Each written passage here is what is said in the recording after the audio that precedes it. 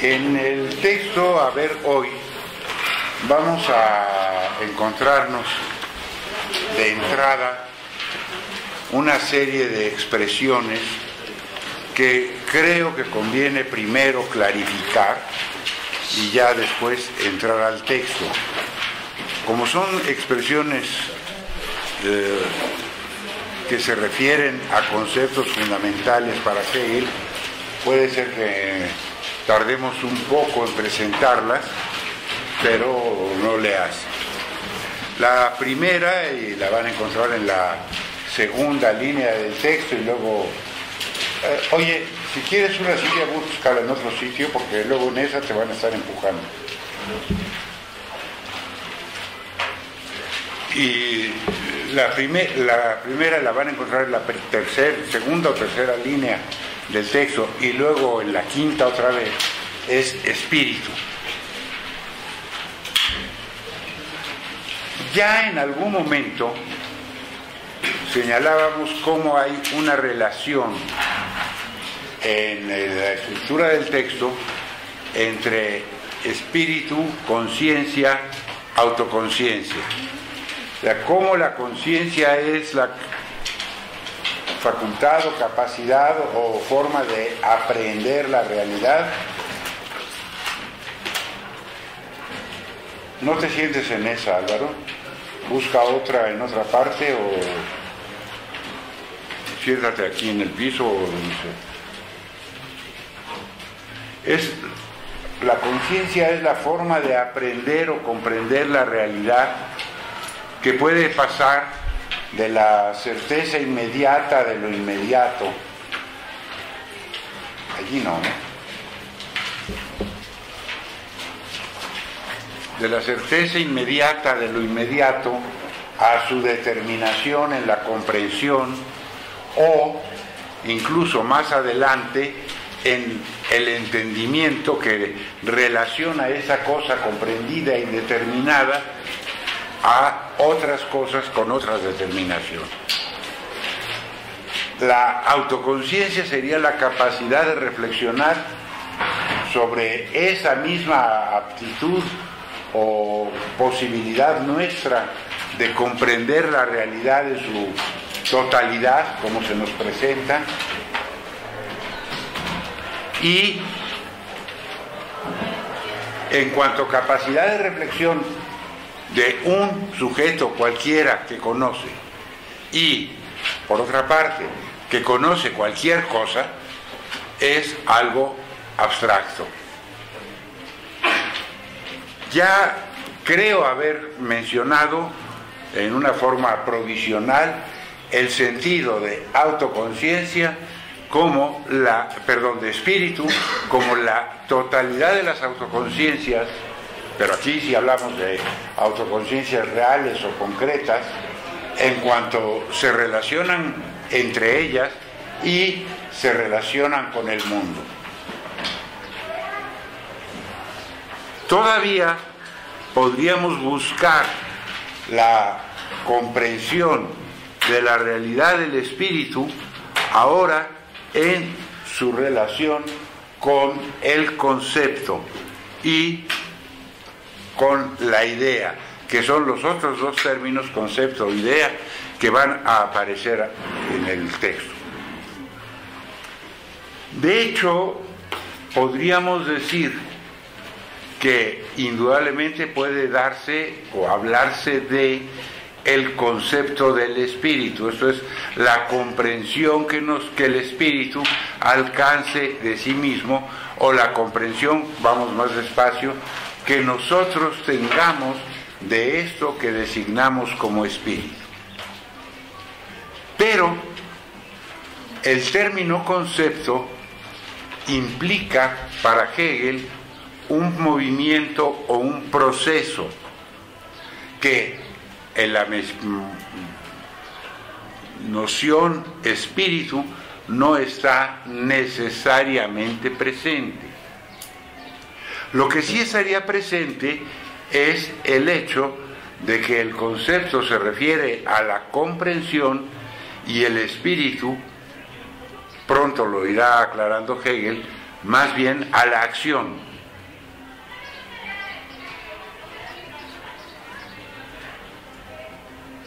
La relación del espíritu consigo mismo sería el concepto para él.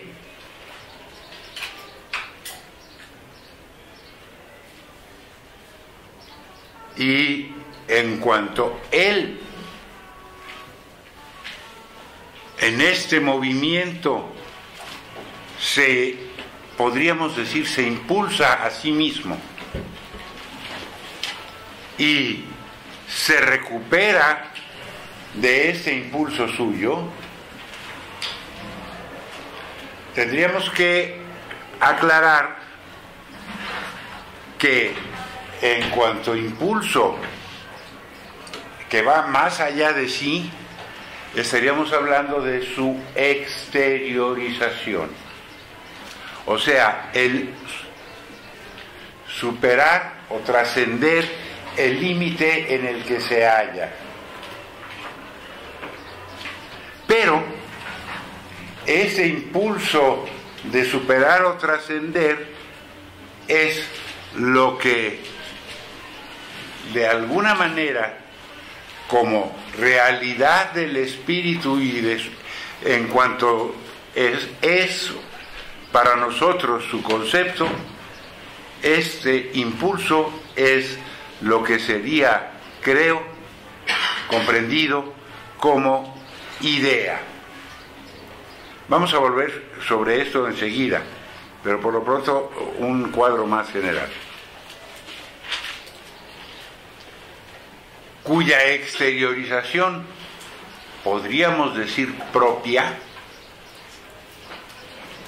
es el arte, la religión y la filosofía, tomando filosofía aquí por o como saber.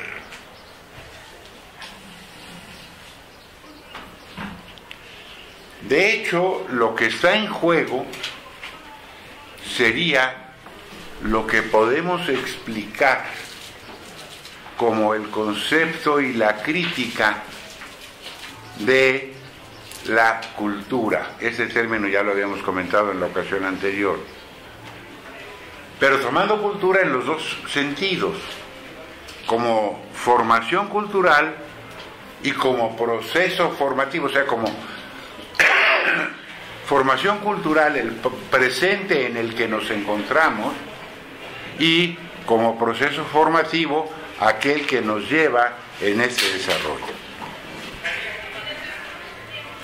Con este cuadro vamos a tratar de ahondar más, dejando para otro momento la formación cultural, aunque no perdiendo de vista ese carácter de proceso formativo que hay en ella y que nos lleva precisamente a nuestra realización espiritual, y que por lo tanto choca, ofende o se enfrenta a las posiciones de la reacción. Esto es de las que Hegel nos va a hablar hoy, de ellas, de las que quieren mantenerse en la determinación en que se encuentran. De ahí el problema actualmente vigente del conflicto con la SEP. Yo no estoy metido directamente, pero sí estoy bien enterado acerca de las disciplinas filosóficas. ¿Por qué? Porque las disciplinas filosóficas en el bachillerato despiertan un espíritu crítico, y por lo tanto a un sistema establecido, el que sea, no le conviene la presencia de un impulso crítico frente a él. Bueno, en la fenomenología del espíritu, en la página 113,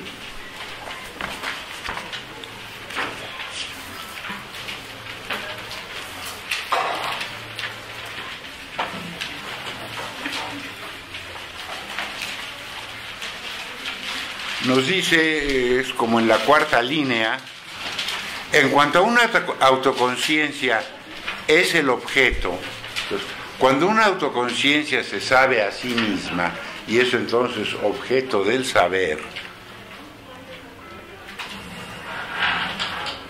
este objeto es tanto yo, esto es sujeto, es tanto yo como objeto. Y sigue. Aquí está presente ya para nosotros el concepto del espíritu. Pero el hecho de que esté presente para nosotros hay que aclarar. Cuando Hegel en ese texto dice para nosotros, se refiere a él, al filósofo, y a quienes con él están en esa reflexión filosófica. O sea, el nosotros hegeliano implica un sujeto para el cual el texto y lo que el texto narra es objeto.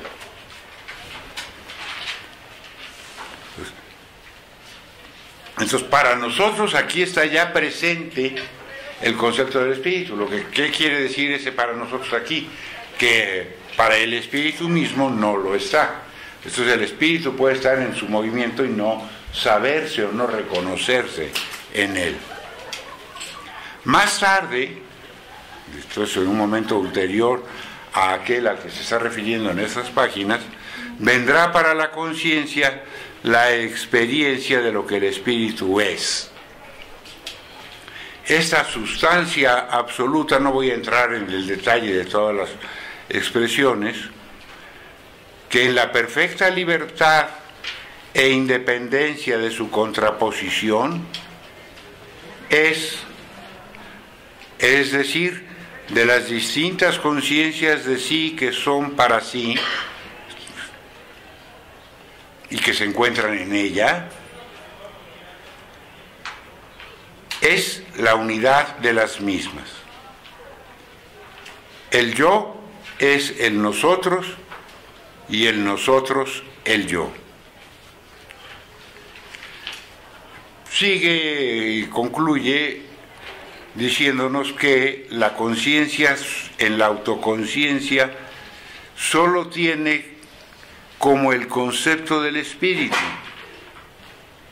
Esto es el momento en el que este aquí concepto no lo utiliza en el sentido pleno del término que le va a dar él, sino en el sentido normal, la determinación primera, la esencia no desarrollada.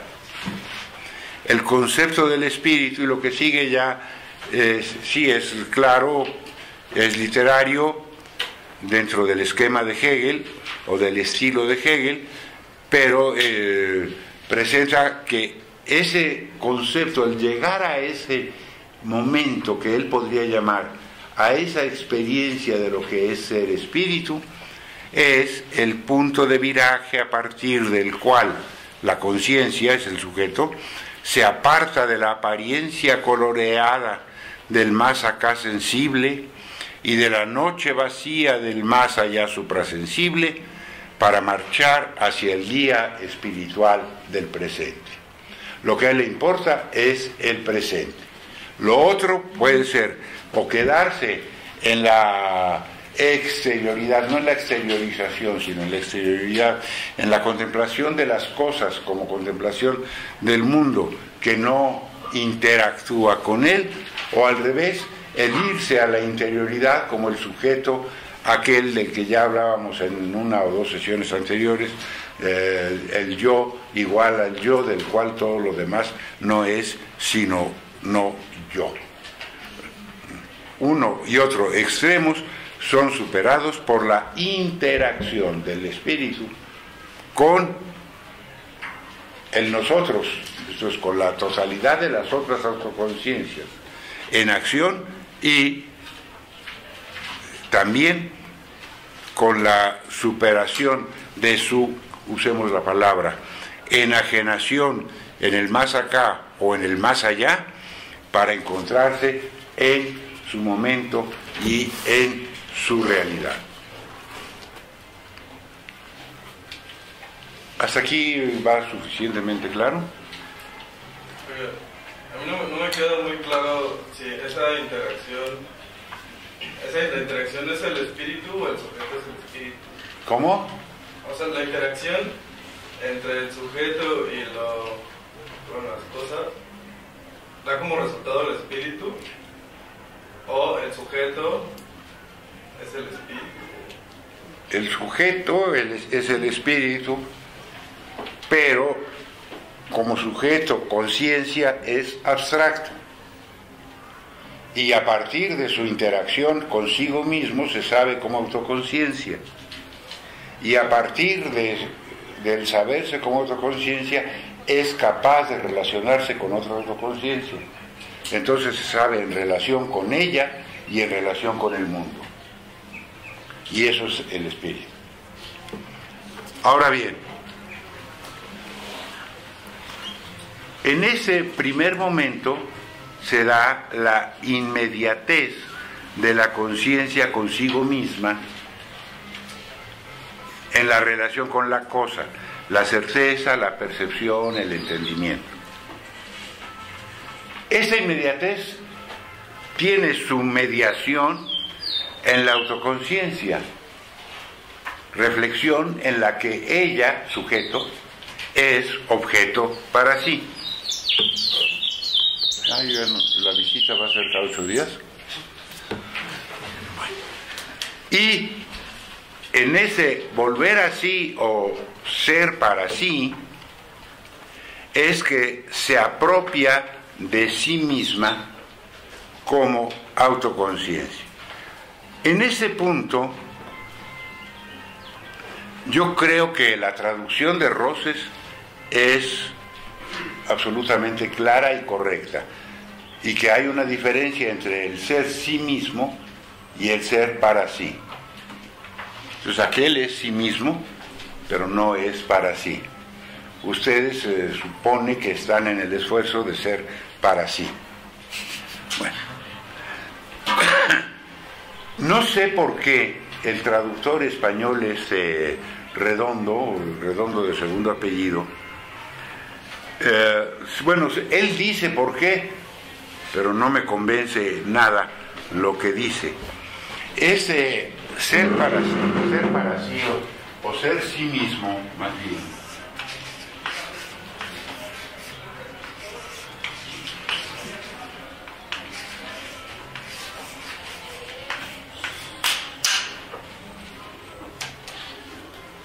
sería el ser mismo suyo, lo cual en griego, y con eso sería muy claro,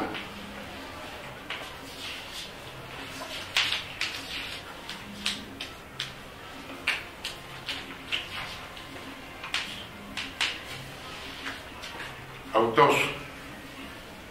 Bueno, este señor establece toda una disquisición para justificar que para traducir ese self utiliza una palabra en inglés,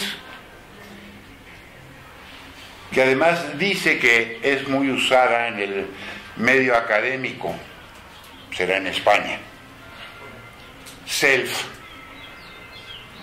Bueno, yo entiendo que Taylor, que escribe en inglés, tenga problema para traducir espíritu y mantiene la expresión en alemán.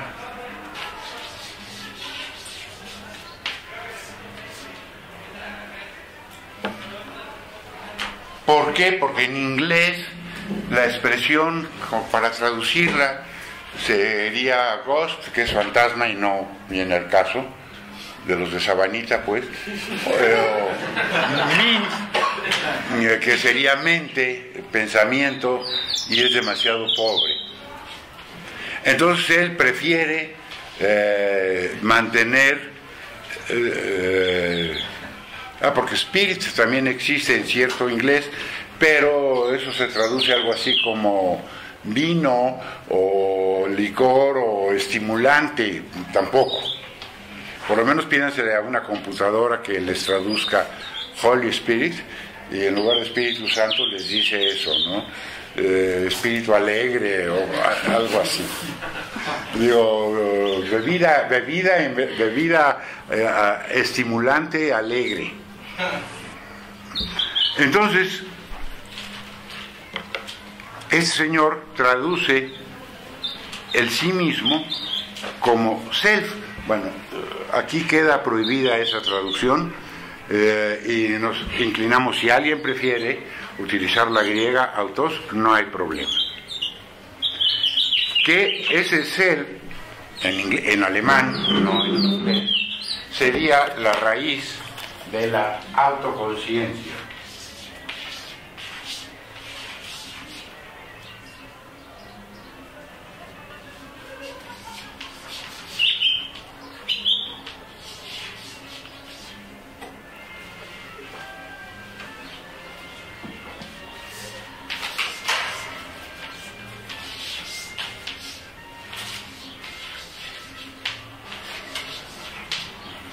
La conciencia de sí.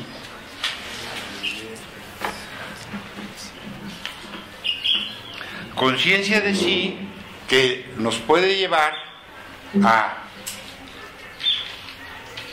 Suena un poco extraño, pero podríamos decir la experiencia de la esencia, esto sería la esencia, o si la desarrollamos nos puede llevar al concepto de esa misma esencia.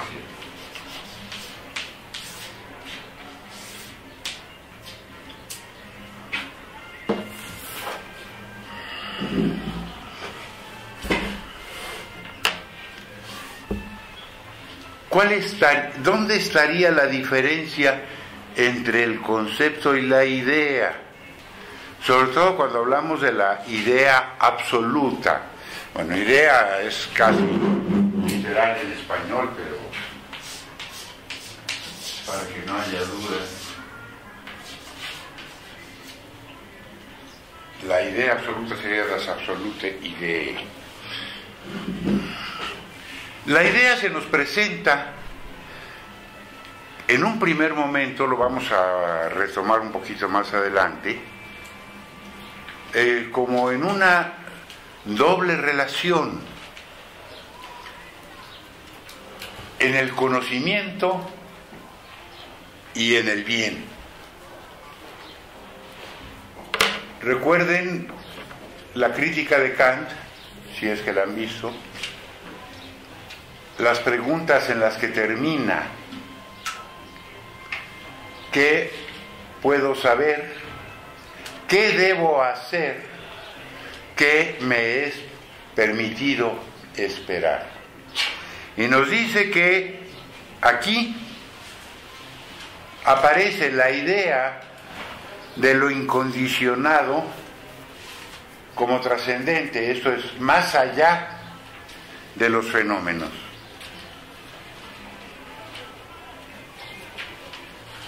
Y la idea sería,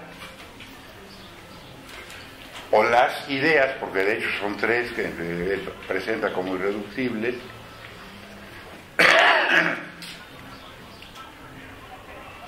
la idea en el conocimiento sería el yo como sustancia, el mundo como totalidad y Dios como absoluto. En el orden del comportamiento, él nos presenta la idea del bien con tres postulados que hacen posible su realización, que serían la existencia del alma, la inmortalidad del alma y la existencia del alma, la existencia del alma inmortal, la libertad y la existencia del principio o del primero, cuyo ser es el deber ser, que sería el Dios postulado de la razón práctica. En último término, en la crítica del juicio es donde vendría a ser el análisis de la idea que corresponde a la tercera pregunta, ¿qué me es permitido esperar? Y ahí la idea fundamental sería la de un fin. Nada más que ahí él lo plantea en relación a la reflexión del sujeto sobre sí y sobre su acción. Bueno, con ese esquema, la idea para Hegel aparece tanto en el ámbito del conocimiento como del bien, pero va a aparecer precisamente como la relación de uno con otro. De tal manera que, hablando, y a partir de aquí hablo de y con la ciencia de la lógica, en la parte final, nos dice que la idea es la unidad del concepto y la objetividad. Y pocas páginas más adelante, de ahí la unidad del concepto y la realidad. Lo que sucede es que las cosas finitas, o sea, todo aquello que podemos limitar y que para nosotros está delimitado, no tienen en sí mismas la realidad de su concepto, o no alcanzan a tener para sí su propio concepto, y ninguna cosa adecua o se ajusta plenamente a un concepto de la cosa sin límites, sino que todas ellas en su realización están limitadas. Lo que él va a subrayarnos es que no podemos permanecer en la identificación de la idea. Lo que Hegel va a señalarnos es que no podemos permanecer en la identificación de la idea con el concepto o con la representación. Para Hegel, el todo real existe mientras tiene en sí la idea y la expresa. Entonces, todo real, o el todo real, que sería la totalidad de los todos, mientras tiene en sí la idea y la expresa, existe. La idea que le corresponde a su sí mismo. Si hablamos del todo, bueno, la idea del todo como mundo. Pero si hablamos de ese todo el que andaba por ahí arriba, o de las piedras que están en la explanada, bueno, mientras se manifiestan como piedras, o se manifiesta como tal, no sé si sobreviva hasta el final del semestre y si nos siga visitando.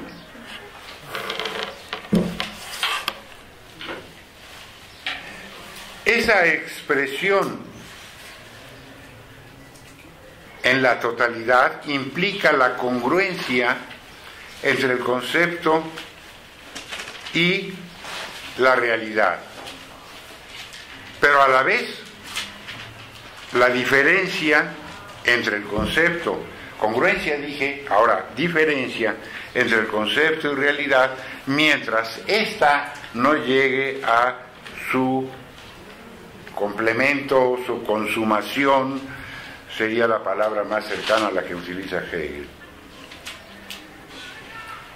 Como todo real, o sea, como un todo real, o la totalidad de lo real, esa está entonces en movimiento. Y cualquier real está en movimiento. Por ejemplo, en la filosofía del derecho tiene una expresión muy inspiradora, por otro lado, en donde nos dice, de lo que aquí se trata es de la libertad que quiere la libertad. O sea, no se trata tanto de las normas y las determinaciones que limitan la libertad, sino de esa libertad que se quiere al querer la libertad. Y que entonces es un impulso, más que una determinación, la idea es más bien un impulso o una potencia que impele o que impulsa más allá de lo dado o lo inmediato. En una expresión más literal, dice un concepto que posee poder. O sea, en algún momento en inglés tradujeron esto en el sentido de ideas fuerza. Bueno, eso es lenguaje de psicólogos y pedagogos. Bueno, es que la idea misma ya es un concepto que posee poder en el lenguaje de Hegel. Pero el concepto incluye la identidad de sí mismo con la realidad, de manera que podríamos decir que hay cierta identidad y cierta diferencia entre concepto e idea. Eso es, el concepto como sujeto se encuentra liberado de la objetivación en que se encontraba. O sea, la abstracción de la piedra o la abstracción del árbol o la abstracción del pajarito está más allá de la determinación de ese árbol, esa piedra o esa ave. Pero como objeto, el concepto como objeto, cuando nosotros vemos que el concepto puede ser objeto del entendimiento o del pensamiento, tiene una permanencia para nosotros, o sea, tiene objetividad. Y esa objetividad, de alguna manera, es tan solo negatividad. Esto es, tiene una limitación del no ser yo, que lo pienso. Y tiene la limitación de, si ya es un concepto determinado, no ser el concepto de esto, sino de esto otro. Entonces, en el concepto está presente la determinación y su realización. Y se puede hablar de una buena moneda y una falsa moneda. El otro día poníamos el ejemplo de un oro verdadero y un oro no verdadero, etc. Pero podemos tener el concepto y no tener la realización. Por ejemplo, estamos soñando en un viaje o en alguna cosa por el estilo. De tal manera que el concepto implica el paso de su determinación a su realización. Y podríamos decir en los dos sentidos, el paso de lo que se busca a lo que se realiza, o el paso de lo realizado a lo que lo determina, a la esencia que lo constituye. Esto es lo que Hegel llamaría devenir, el pasar de uno al otro. Mondolfo en la lógica en muchas ocasiones traduce más que devenir, traspasar, y de hecho el verbo alemán es otro para ese caso, pero para nosotros basta con esto. Entonces, el momento en el cual el devenir sería el momento en el cual los opuestos, el concepto y la realización, se encuentran en la unidad de la idea como realizada. De tal manera que esa idea es, por una parte, simple verdad o identidad de la cosa, pero a la vez es relación, subjetividad, objetividad, o impulso y coseidad. Eso es existencia, que sería en sí y por sí, y a la vez es el proceso por el cual el impulso se convierte en coseidad, o la coseidad se ve como resultado del impulso, de tal manera que hay una división o separación y hay una identidad consigo, tanto en el proceso como en un segundo momento, identidad del proceso consigo mismo. Y ese sería el movimiento del concepto. resumiendo, el ir de la inmediatez a la mediación, al saber esa mediación y al saberse como alma, esto es como sujeto, como activo de la mediación. Aunque en ese saberse, tan puede saberse meramente como vida, eso es como movimiento. Y nos dice él que la vida, diferente a su mera objetividad, penetra en ella y construye su fin realizado en su individualidad. Va a haber unos ejemplos en la parte que leamos hoy, no me detengo más, pero bueno, indudablemente una semilla sacada de un refrigerador y un frasco estéril puesta en tierra se convierte en planta. A eso se refiere. Pero a la vez hay otro nivel en el cual, por la reflexión o en la reflexión, se elimina la individualidad. Mira, ya salieron las plantitas que sembramos. Bueno, ya estamos más allá de ellos. Y el concepto convierte lo interior en... El concepto que es lo interior convierte la exterioridad en universalidad. Eso es, lo importante es haber pasado de un estado a otro y el ver un movimiento inherente a la cosa. Esto la vida no lo ve, la vida lo vive. Pero la reflexión sobre la vida nos da que la vida es precisamente eso. Y el pasar del yo minúsculo recién nacido a el sujeto interactuante con otros en la sociedad. De tal manera que la idea de lo verdadero, eso es de aquello que conocemos, y la idea de lo bueno, de aquello que queremos o deseamos, nos lleva a conocer y a querer la totalidad, frente a la limitación en que nos encontramos en nuestro propio espíritu.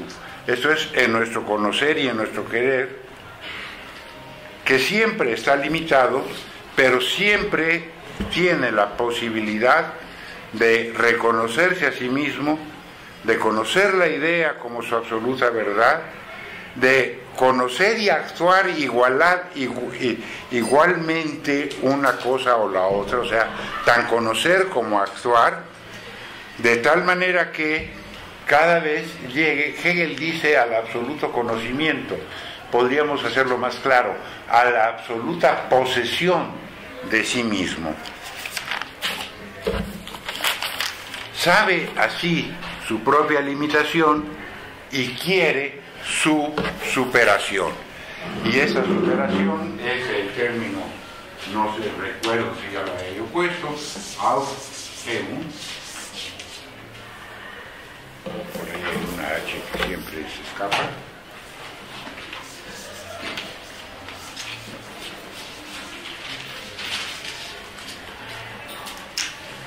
Aufhebung, que tiene un sentido, no nada más algo así como de subir de un escalón al otro. Esto es, podríamos decir, si usamos el ejemplo que se me vino ahorita en mente, de la escalera, la superación sería más que el paso de uno al otro, sino el subir mismo, de tal manera que los pasos anteriores quedan recogidos, negados porque ya quedaron atrás, pero a la vez recogidos en el paso ulterior. Entonces, en una traducción que da muy claramente la idea, pero puede ser más confusa, es negar y llevar consigo. Esto es dejar atrás como esa determinación, pero a la vez apropiársela de otra manera. Pues lo negado está en la negación.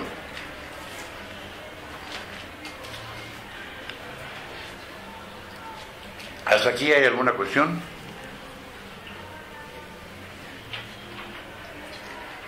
Vamos a avanzar un poquito más sobre esto.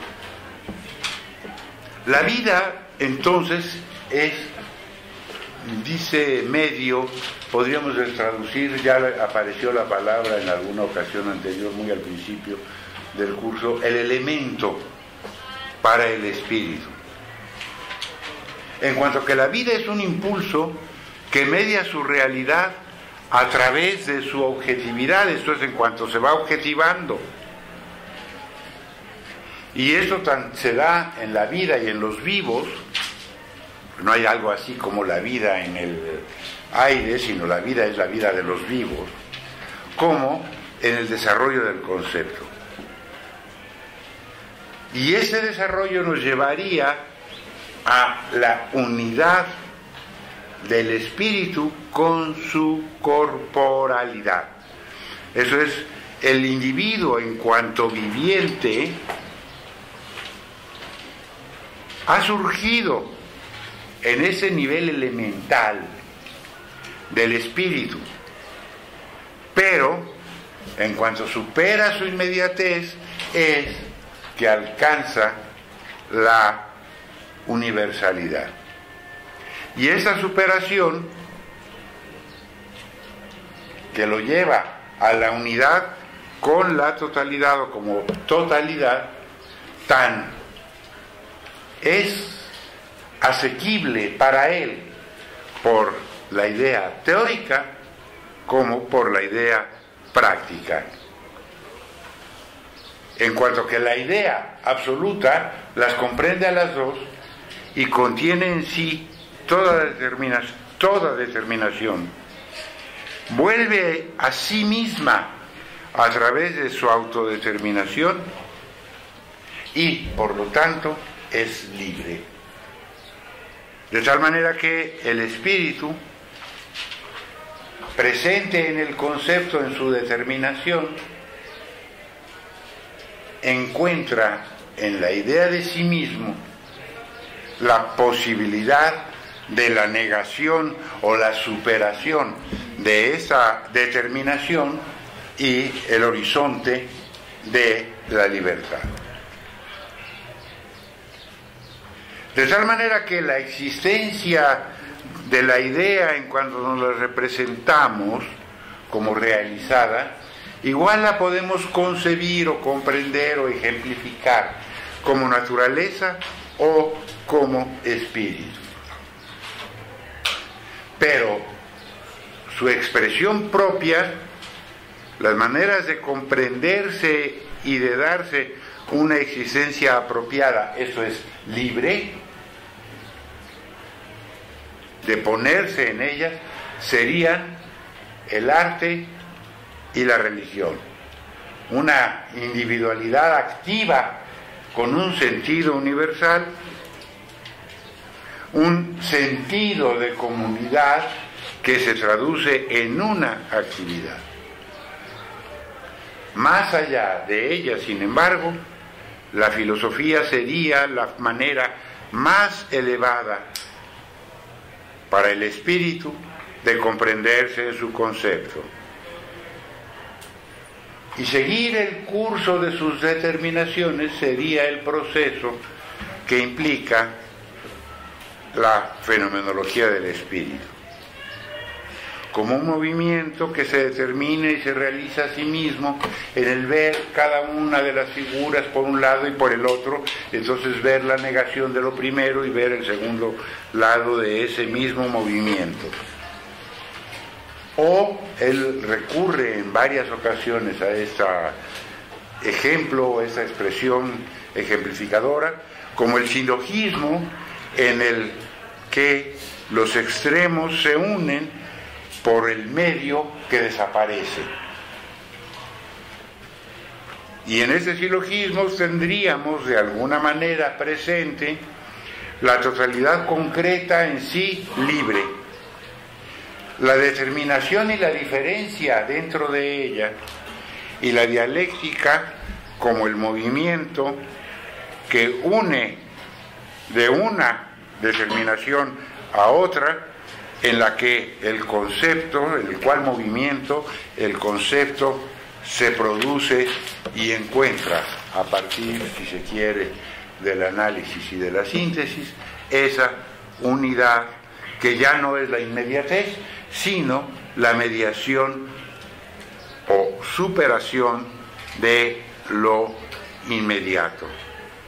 Y esto, a su vez, incluye una primera negación de lo inmediato como inmediato, pero en un segundo momento una nueva negación en la cual la primera negación es negada, o en una sola expresión, la negación de la negación. Y lo que vamos a ver entonces es la relación de lo negativo consigo mismo como un sistema, tomando sistema como un organismo, como una exposición ordenada o como algo que se expone ordenadamente de la totalidad, para lo cual el recurso, el medio es el método, pero que tan el método como la realidad misma para Hegel son dialécticos, y la totalidad lleva consigo todo lo adquirido en ese movimiento, se enriquece y se conserva a sí mismo, o el espíritu como totalidad se enriquece y se conserva. La verdad solo se halla en el largo recorrido y al final. Entonces, la verdad está en el movimiento y en el final. De tal manera que si hablamos de la verdad del principio, lo que Hegel nos va a llevar a decir es: no hay tal principio de verdad, a no ser que tomemos como principio precisamente el movimiento, la dialéctica, la negatividad que ahí se hace presente. El concepto se concibe a sí mismo al ser como la totalidad concreta y al mismo tiempo absolutamente intensiva. Lo difícil es comprenderse así en su actuar y saberse en todo su dinamismo como resultado del proceso hacia su realización, y a la vez como dinamismo que lleva más allá del proceso realizado. Ahí se ve como espíritu, como ser realizado, como concepto que se sabe o que se concibe, como la realidad concreta, no, como la totalidad concreta sin más. La idea absoluta, la idea sería la absoluta unidad del concepto y de su realidad, ya lo habíamos dicho, pero ahora lo ubicamos en el texto. Esa idea que es absoluta unidad del concepto puro y de su realidad es así como la totalidad, que puede ser la naturaleza, como objetividad o como vida,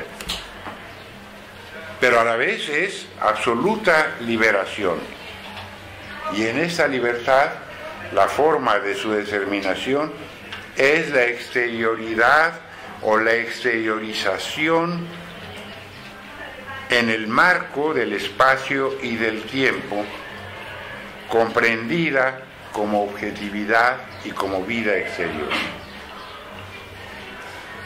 En la idea está en sí y por sí la totalidad del concepto, pero en cuanto esta idea se resuelve hacia su exteriorización, en su existencia libre acaba, esto es, alcanza, cumple, plenifica, se plenifica en la ciencia del espíritu, de tal manera que tiene su liberación por sí misma y aparece como el punto, el puro concepto que se comprende a sí mismo en la ciencia lógica. Ahí no dice ciencia de la lógica, que sería el nombre del libro, sino simplemente en la ciencia lógica, en la ciencia que se ordena conforme a esa negación de los opuestos y de la oposición, buscando siempre su superación, hasta llegar a ver que el principio de todo el desarrollo del pensamiento, en el ámbito del pensamiento, es precisamente la idea del conocer. Cabe, adelantando algo más que ya viene en el texto o en relación al texto, señalar que ciencia para Hegel tiene, diríamos, un sentido múltiple. Entonces, igual ciencia puede ser el sistema o la organicidad del saber, como el proceso del conocer. Y todavía habría que distinguir, y cuando habla aquí de ciencia lógica, en otras ocasiones no lo subraya así con esa distinción, pero todavía había que... Ahora llegan más. Pásense por acá porque esos tienen dueño.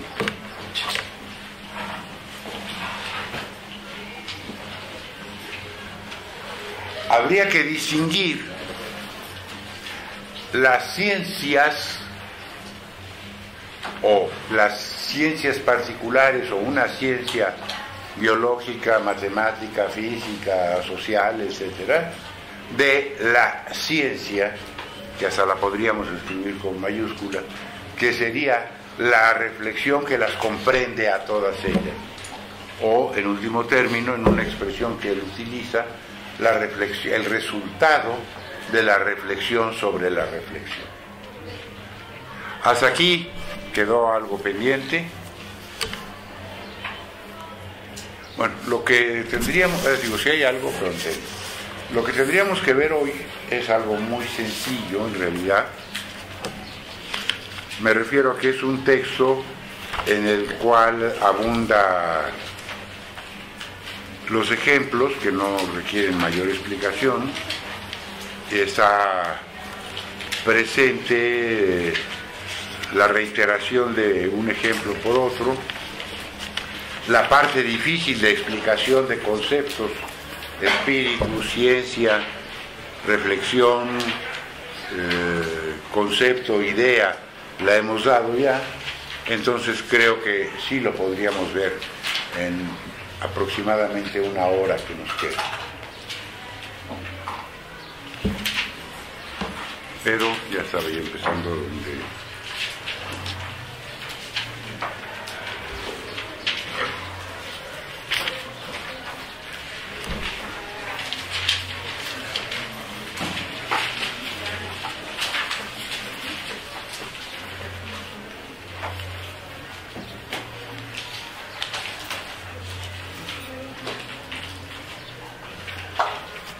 Comienza refiriéndose a la formación cultural en que se encuentra, en la página 12, el número 3. Ese, por lo demás, nos liga a lo que había señalado en la ocasión anterior de la crítica a las posiciones extremas, sobre la cual va a volver al final de la primera página de las que tenemos enfrente. No es difícil, por lo demás, darse cuenta, podríamos decir darnos cuenta, de que vivimos en tiempos de gestación y transición hacia una nueva época. Es la época que se sucede, que se sigue a la Ilustración, a la Revolución Copernicana de Kant, a la Revolución Francesa de Francia, a la Revolución Industrial en Inglaterra, en fin, hay muchos elementos nuevos que tener en cuenta. Entonces no es un momento quieto del espíritu, como le llamaba don Jacinto de Benavente en algún caso, ciudad tranquila y confiada o cosa por el estilo. Es un momento en que todo está en efervescencia. El espíritu, aquí ya entendemos a qué nos referimos, el espíritu concreto, cabría quizá entrar en este detalle. El espíritu, sí se puede hablar de él en cuanto el concepto del espíritu o el espíritu concebido como la totalidad a la que nos referíamos. Pero en cuanto se objetiva, podemos hablar del espíritu de un pueblo o del espíritu de un tiempo. Entonces, del momento que representa esa comunidad en la historia. El espíritu ha roto con el mundo anterior de su ser ahí y de su representación, y se dispone a hundir eso en el pasado, entregándose a la tarea de su propia transformación. Entonces hay momentos en que se vive, diríamos, receptivamente, por abarcar más que la sola expresión contemplativamente. Pero hay momentos en los que lo recibido lleva a un movimiento, a una transformación.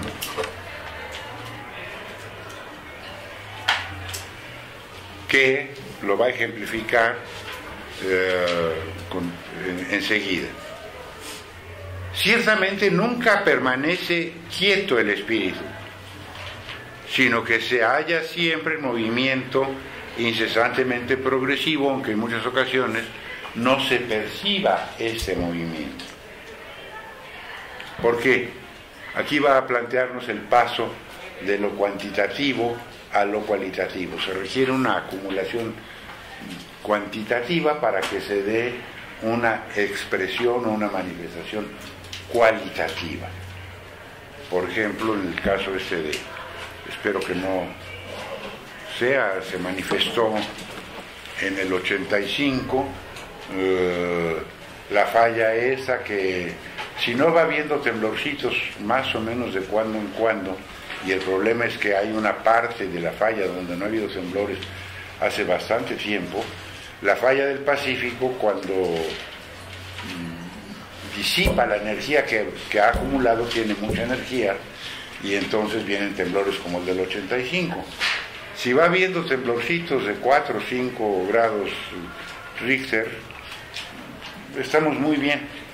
Es preferible tener muchos temblorcitos que tener un temblorzote.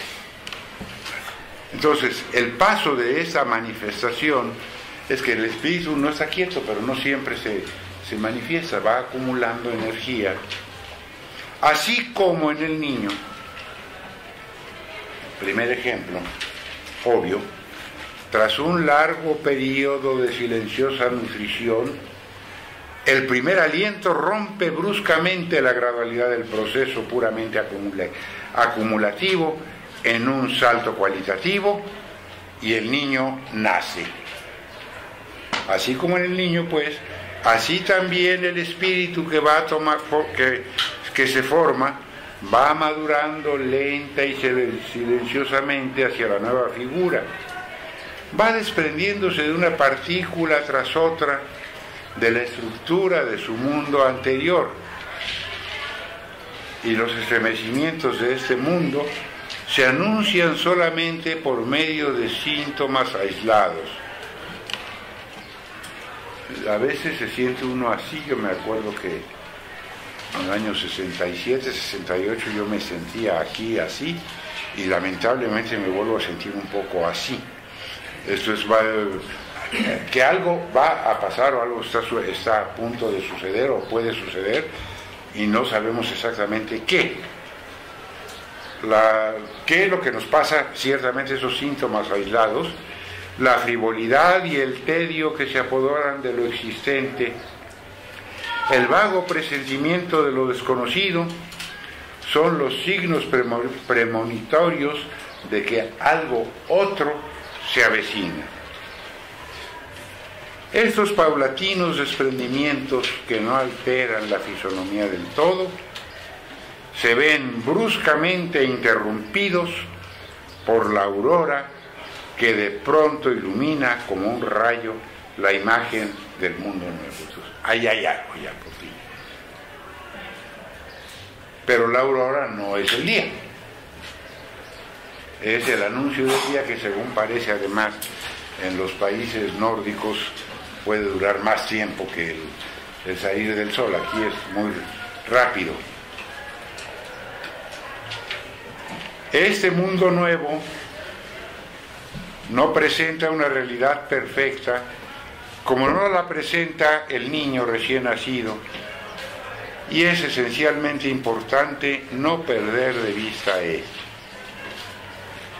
La primera aparición es tan solo su inmediatez y su concepto. Aquí concepto en el sentido tradicional de expresión determinada de la cosa. Esto es, valdría por esencia. Para Hegel está el otro, que ya hemos hablado casi una hora de él, como el proceso por el cual esa se realiza. Pero en cualquier momento nosotros podemos decir, esa cosa, no la voy a yo a tumbar, esa cosa tiene una determinación, y esa determinación no es la cosa en su plenitud, sino simplemente su primer delineamiento, que se ejemplifica muy claramente con lo que sigue en el texto. A ver, ¿tienes el texto ahí enfrente? Lee, por favor. Del mismo modo. Del mismo modo que no se construye... No, pero lee con más voz y con más calma para que se oigan hasta el final. Del mismo modo que no se construye un edificio para poner sus cimientos, el concepto del todo al que se llega no es el todo mismo. No nos contentamos con que se nos enseñe una bellota cuando lo que queremos ver ante nosotros es un roble. Con todo el vigor de su tronco, la expansión de sus ramas y la masa de su follaje. O sea, los compañeros de aquí juntos tienen una plantota ahí que es un arbolote, pues el roble de las generaciones. Yo lo vi de ese tamaño más o menos cuando se estrenó Ciudad Universitaria. Yo paseaba por aquí a veces y pues ya creció, pero si me dan una bellotita del tal roble, no está el roble ahí desarrollado.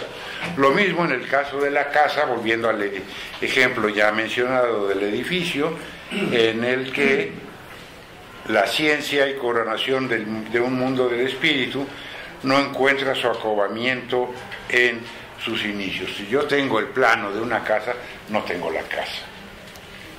Y menos si ni siquiera tengo el plano, aparte del financiamiento, sino tampoco tengo más que un boceto de esos que...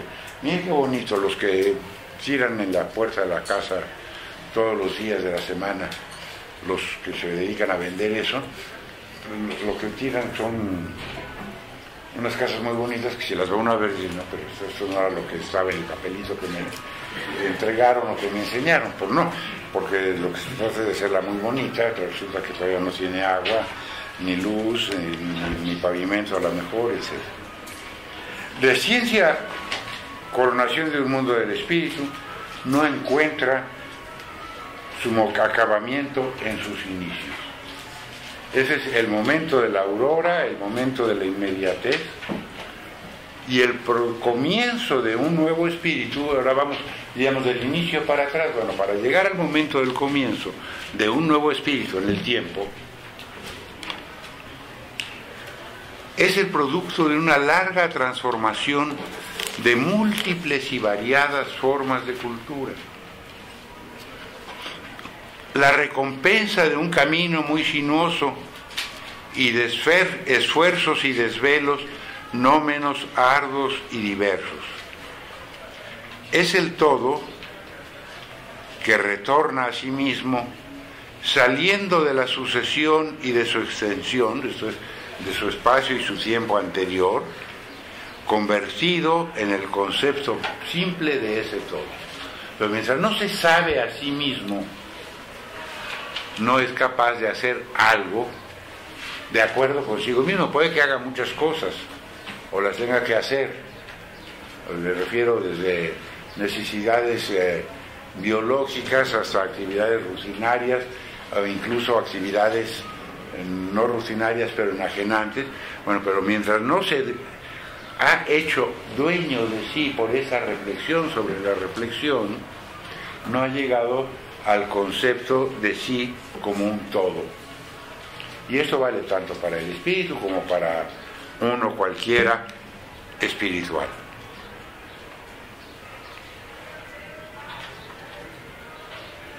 La realidad de ese todo simple consiste en que aquellas configuraciones anteriores, convertidas en momentos, vuelven a desarrollarse y se dan una nueva configuración, pero ya en su nuevo elemento y con el sentido que de ese modo adquieren. Sea que lo adquieran conscientemente, sea que lo adquieran por la inercia de la objetividad en que se encuentran.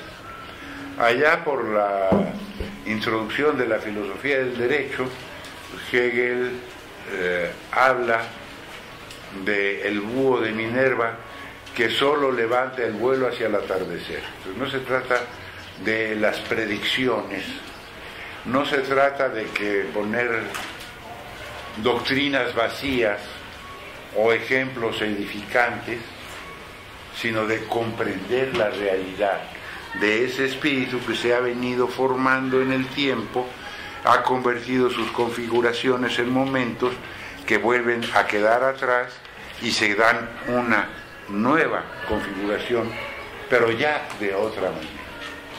No solo en el capítulo 8 del texto, Fenomenología del Espíritu, cuando habla del saber, quizá lo veamos hacia el final del semestre, depende de cómo nos vayamos desarrollando, nos dice que ahora que se ha llegado al momento del saber y que ya tenemos elementos para movernos en él, podemos y debemos entender que todo lo que se ha desarrollado es el proceso del espíritu.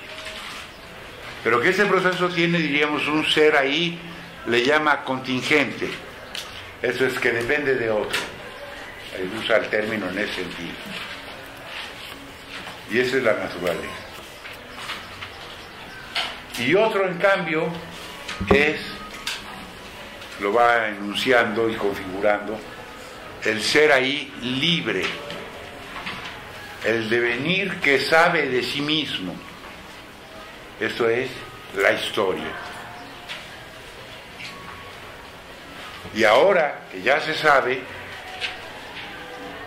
en la historia como libre, es el momento de que puede ir adelante, pero siempre dolorosamente, porque ir adelante es dejar atrás muchas otras cosas, es despojarse de ellas, etcétera, etcétera. En una palabra, perderlas. Pero si no entramos en el camino de la perdición, lo dice por ahí en el texto, siguiendo una frasecita de Goethe, si no entramos en el camino de la perdición, no vamos a poder realizar nada. O traduciendo ahora una frase que, apropiándose ahora una frase que está en varios de los evangelios, aunque con distintos matices en uno y otro autor, dice que el que quiere salvar su alma la va a perder. Y solo el que está dispuesto a perderse se salvará. Entonces se salvará como sujeto.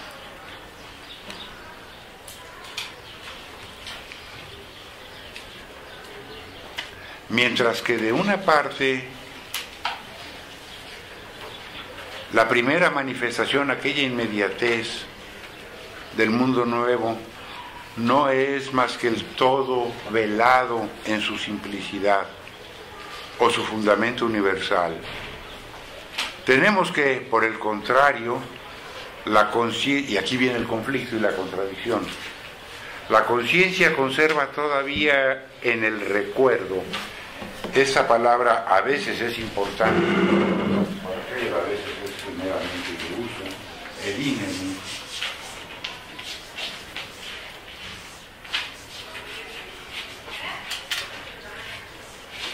Podríamos, el recuerdo es muy claro para nosotros, podríamos también pensar como su herencia, y a veces entonces con nostalgia, porque ya no se tiene, la riqueza de su existencia anterior. La conciencia en este nuevo momento echa de menos en la nueva figura que se manifiesta la expansión y la especificación del contenido. O sea, ahora solo sabe que ya todo se le movió. ya no sabe dónde están las cosas. Y aún echa más de menos el desarrollo completo de la forma que permite determinar con seguridad las diferencias y ordenarlas en sus relaciones fijas. Aquí vamos a empezar una serie de referencias hacia Kant, que nos dice las formas de la sensibilidad y las categorías o conceptos puros del entendimiento nos permiten ordenar lo que aparece en la experiencia.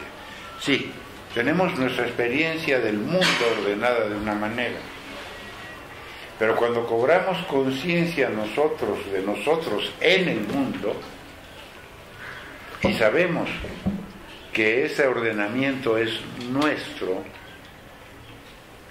pasamos, nos dice en el capítulo 5 del texto, de ser una razón observante a ser una razón que examina leyes. Esto es que ahora ponemos en duda de si esto que estaba así ordenado no podría o podría no estar ordenado así, sino de otra manera. E indudablemente que podemos concebirlo ordenado de otro modo, pero esto nos priva de las determinaciones del mundo anterior en que nos encontrábamos, diríamos, como en casa.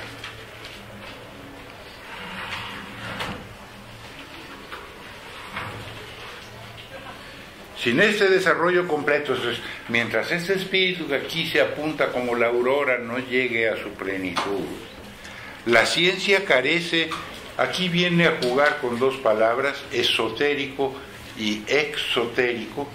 Espero que tengan significado para todos, el saber que se difunde y el saber que se guarda, por ejemplo, en una secta, en una comunidad, etc. Entonces, esotérico es para todos, que se exterioriza, no, exotérico es para todos, que se exterioriza, y esotérico es el que se guarda y se reserva para los iniciados. Entonces, sin ese desarrollo, la ciencia carece de inteligibilidad universal y presenta la apariencia de ser solamente patrimonio esotérico de unos cuantos. Esotérico porque por el momento existe solamente en su concepto o en su interior. O sea, cuesta trabajo penetrarla, descubrirla. Y de unos cuantos, porque su manifestación no desplegada hace de su ser ahí algo singular. Yo recuerdo, ahora ya ni siquiera vale el ejemplo en clase, pero yo recuerdo cuando en preparatoria nos llevaron al laboratorio de física a ver un aparato nuevo que se llamaba televisión. Y luego ya, pasado el tiempo, en ese aparato nuevo pudimos ver un primer informe presidencial, yo creo que todavía de Miguel Alemán o cosa por el estilo. Bueno, actualmente cualquier niño que incluso a veces no sabe ni hablar bien, pero ya sabe muy bien cómo echar a andar la caja esa y ver todo lo que aparece en ella. Entonces, eso que era un patrimonio iniciático, guardado en el laboratorio bajo llave, como una cosa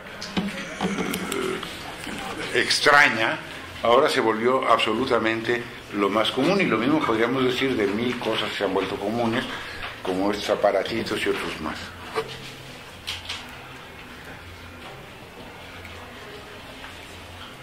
Entonces el esfuerzo de penetrarlo hace de esto algo singular. Cuando se vuelve común, cuando está determinado de un modo perfecto, es a un tiempo exotérico, concebible y susceptible de ser aprendido y llegar a convertirse en patrimonio de todos.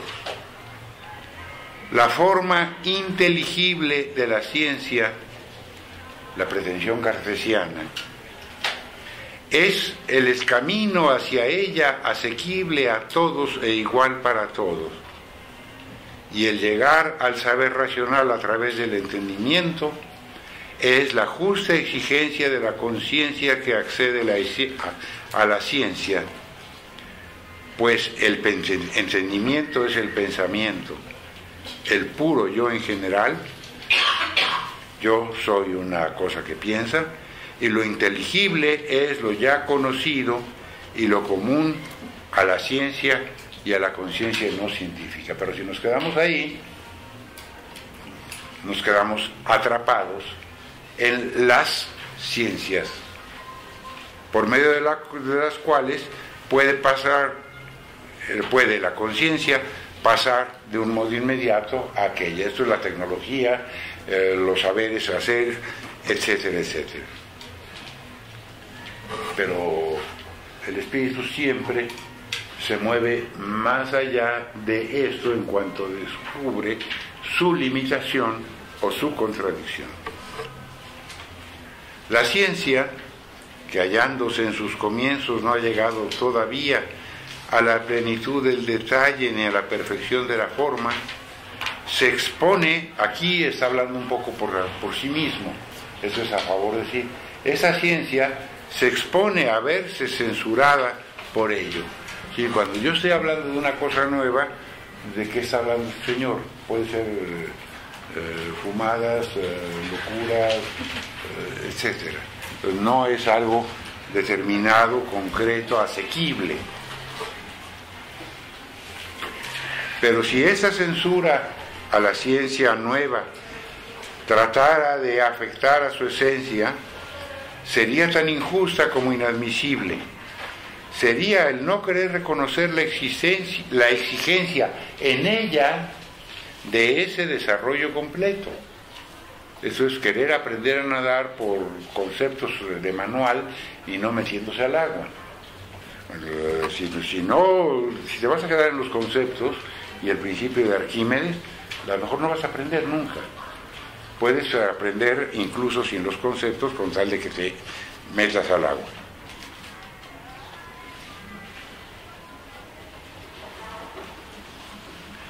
Esa contraposición entre el enunciado y su realización parece ser el nudo fundamental en que se afana actualmente la formación científica, esto es, el proceso de apropiarnos nosotros de la ciencia, sin que hasta ahora exista la unidad del material y sin que hasta ahora exista la unidad de criterio necesaria acerca de ello.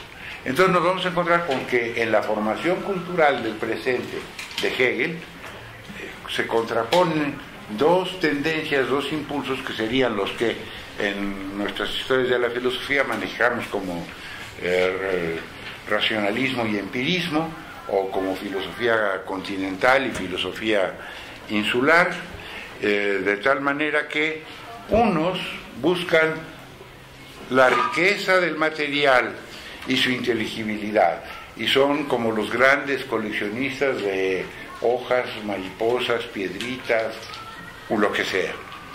Quieren tener todos los datos para poderlos ordenar. Otros, por lo menos desdeñan eso y hacen hincapié en la inmediata racionalidad y divinidad. Y si aquellos, los que buscan el material, son reducidos al silencio, ya sea por la sola fuerza de la verdad o también por la acometividad de los otros, que dicen, sí, pero todo eso que tienes ahí, ¿para qué sirve? Y pueden ser muy bonitas, pero todas son lo mismo. Y se sienten aquellos vencidos en cuanto al fundamento de la cosa. Eso no quiere decir que se den por satisfechos en lo tocante a aquellas exigencias que, siendo justas, no han sido satisfechas.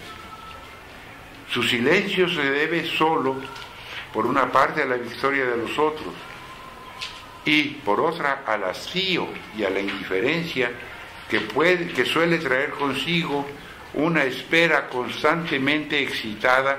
Creo que la corrección sería más, digo, la redacción sería más clara, y el no cumplimiento de lo prometido. Entonces, el coleccionista no llega a la... Pero el que busca el fundamento y la racionalidad de la divinidad, ese va a aparecer en la parte que sigue del texto. Entonces, no hay ciencia en ello. ¿Por qué? Porque falta la reflexión unificada, unificante de la totalidad. En unos es puro contenido, plantitas o piedritas o lo que sea. En los otros es pura forma y entonces vacía. Ese pura forma vacía se refiere fundamentalmente al no yo, que se contrapone al yo fichte. Aunque enseguida va a pasar a la impugnación de la pretensión de un absoluto del cual se derive todo, sea Spinoza, Dios, sustancia o naturaleza, y todo lo demás son modos de los atributos de ese Dios, o sea Schelling, un absoluto cuya exteriorización es la naturaleza. ¿Hasta aquí hay alguna cuestión? Seguimos. En lo que respecta al contenido, los otros recurren a veces a medios demasiado fáciles para lograr una gran extensión. Despliegan en su terreno gran cantidad de materiales, todo lo que ya se conoce y se ha ordenado, y al ocuparse preferentemente de cosas extrañas y curiosas, aparentan tanto más poseer el resto, aquello que ya domina el saber a su manera, y con ello lo que aún no se haya ordenado y sometido así todo a la idea, y someterlo así todo a la idea absoluta. De ese modo, la idea parece reconocerse en todo y prosperar en forma de ciencia desplegada, pero es donde terminaba el capítulo, el párrafo o parágrafo que veíamos en lo que anterior, pero en cuanto son sueños, no son más que sueños. Si no nos paramos a examinar de cerca ese despliegue, se ve que el problema es que sea arbitrario.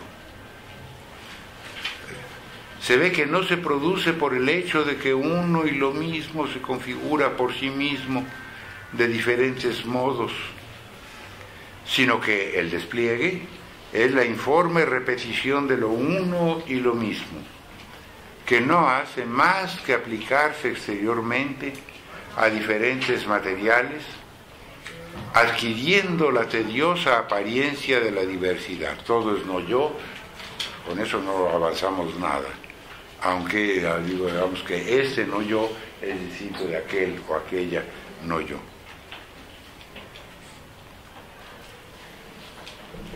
Cuando el desarrollo consiste simplemente en esta repetición de la misma fórmula, la idea, de por sí indudablemente verdadera, sigue manteniéndose realmente en su comienzo. Esto es, no crece, no se exterioriza. Si el sujeto del saber se limita a hacer que dé vueltas en torno a lo dado, una forma inmóvil, eso es, tratando de meter todo en casilleros ya preestablecidos, categorías, formas de la sensibilidad o cualquier otro tipo de esquemas clasificatorios, haciendo que el material se sumerja desde fuera en ese elemento quieto, de hecho diríamos a priori prejuicioso. Esto, ni más ni menos que cualesquiera ocurrencias arbitrarias en todo el contenido, en torno al contenido, no puede considerarse como el cumplimiento de lo que se había exigido. Entonces, si se trata de meter todo en un cajón y lo echamos tal como estaba encima de la cama para que simplemente no se vea afuera, sino que ahora quede dentro, no se ha ganado nada. El desorden sigue siendo el mismo. Lo que se buscaba era el paso que nos permitiese ir de esa pluralidad amorfa a la riqueza que brota de sí misma y a la diferencia de figuras que por sí misma se determina, está bien, la gramática se determina la diferencia, pero también podría ser figuras que por sí mismas se determinan, y entonces no es algo que viene de fuera y se acumula y luego no haya uno que hacer con ello, sino es algo que viene de dentro y se va poniendo a partir de lo que ya se tiene. Se trata más bien de un monótono formalismo, aquel, el que se rechaza, que si logra establecer diferencias en cuanto al material, es porque este ya estaba presto y era conocido. En los niveles muy elementales de preescolar, le suelen dar a los niños palitos para que los ordenen por colores o por tamaños, o ya más avanzado por figura. Y entonces poco a poco lo que está haciendo el niño es simplemente aprender a ordenar lo que ya está dado. Pero no se trata de eso. Se trata sí de comprender lo dado, pero de ir más adelante, como cuando al niño ya un poquito más crecido se le dan los palitos, a ver si puedes hacer una casita con ellos.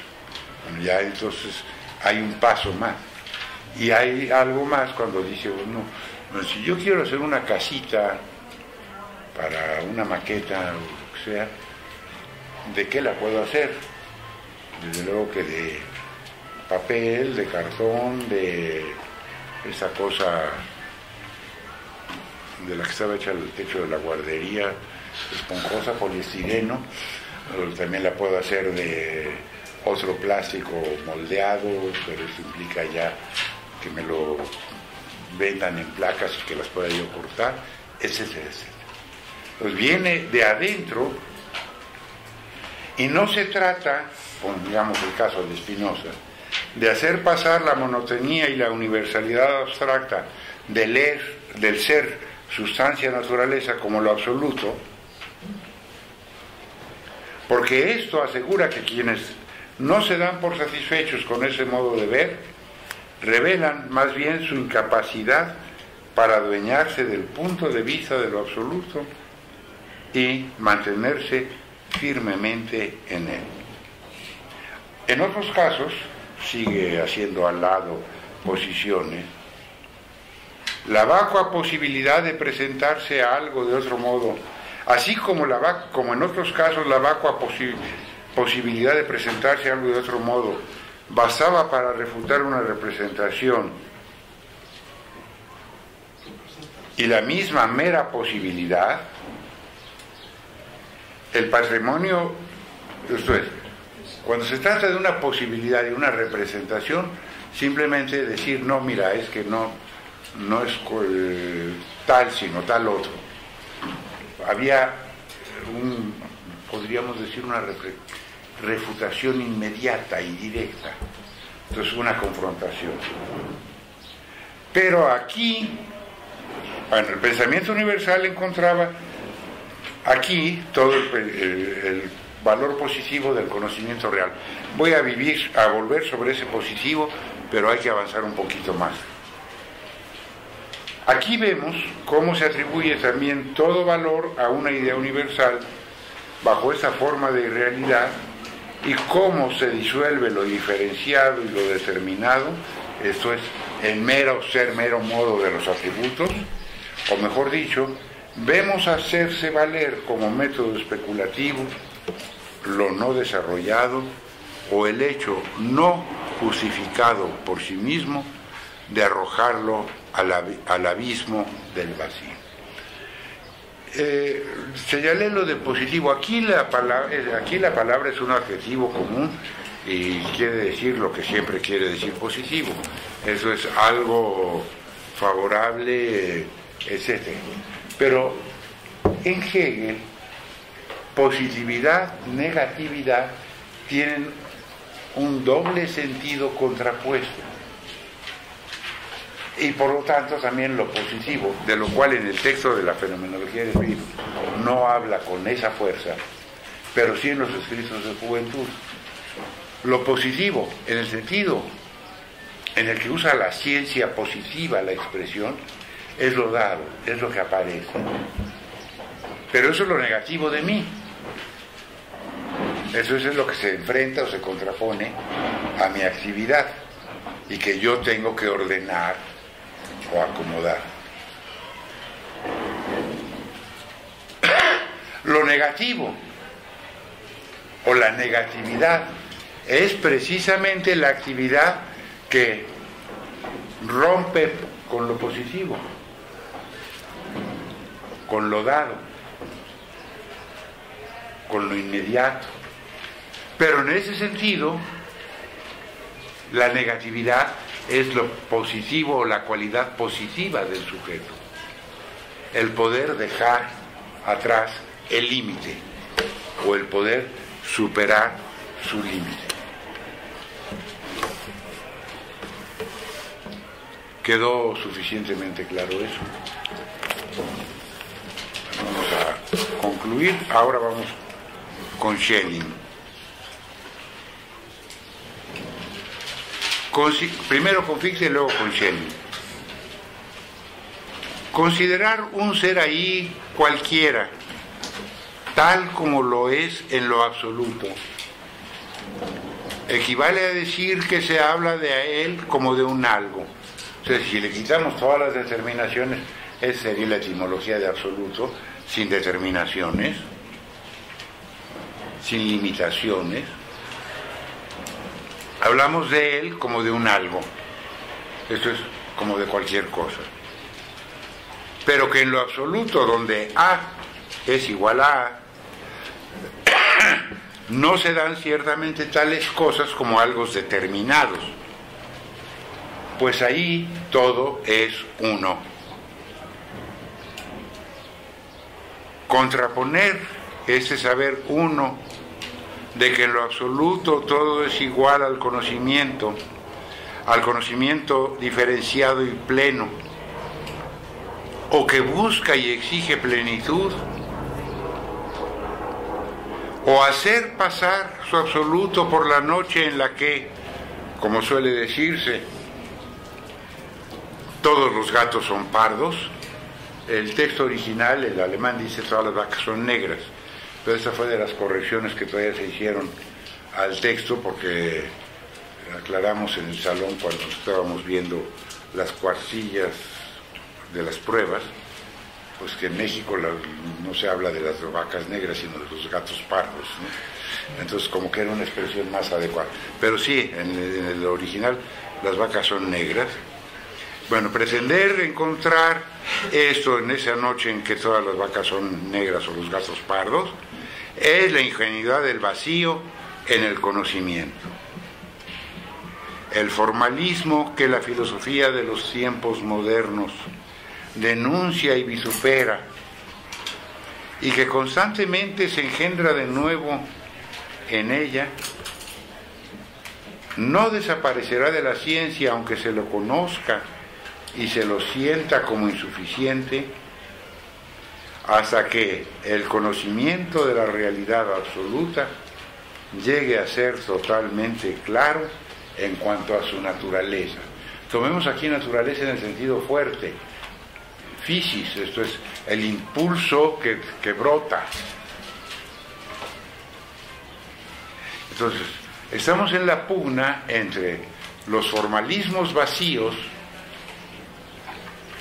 el absoluto del pensamiento en el cual todo se difumina, y entre uno y otro extremo este empeño de la ciencia como la presenta Hegel, que nos llevaría a el conocimiento de la realidad absoluta en cuanto a su naturaleza, que podemos anticipar es brotar de sí misma en cuanto a realidad y en cuanto a conocimiento, a partir de ese movimiento dialéctico de la conciencia, porque en último término aquí sí tendría lugar aquella expresión de que lo real es racional y lo racional es real, o en otra matiz, que no hay realidad sino para una conciencia y no hay conciencia sino de una realidad. Entonces, si nos vamos a un horizonte inconcebido, no podemos hablar de la realidad que tenga el tal horizonte inconcebido. Esto es una nebulosa fuera de nuestro universo de las nebulosas que sea ahí. La realidad es en cuanto la podemos determinar y comprender. Ahora bien, teniendo en cuenta que la representación universal anterior al intento de su desarrollo, bueno, quiero decir, aunque no me gusta, quiere decir Hegel, aunque no me gusta, voy a anticipar algunos elementos. La representación universal anterior al intento de su desarrollo, o sea, no, los voy a anticipar pero no desarrollar, puede facilitar la aprehensión de este. Será conveniente esbozar aquí aproximativamente esa representación, con el propósito al mismo tiempo de alejar con ese motivo algunas formas cuyo empleo usual es un obstáculo para el conocimiento filosófico. Capítulo próximo, o parágrafo 2 romano número 1, va a empezar a darnos esos elementos que pretende van a facilitar en la representación universal. Pero va a seguir pugnando contra estos formalismos y absolutismos que en un momento y otro se presentan. Entonces, eso es lo que hace rico, pero a la vez difícil, si no se ha recorrido antes otras obras de Hegel, la lectura del texto. Espero que para ustedes no resulte particularmente compleja o complicada, y pretendo revisar rápidamente. Tenía por aquí una lista de oyentes, ¿no?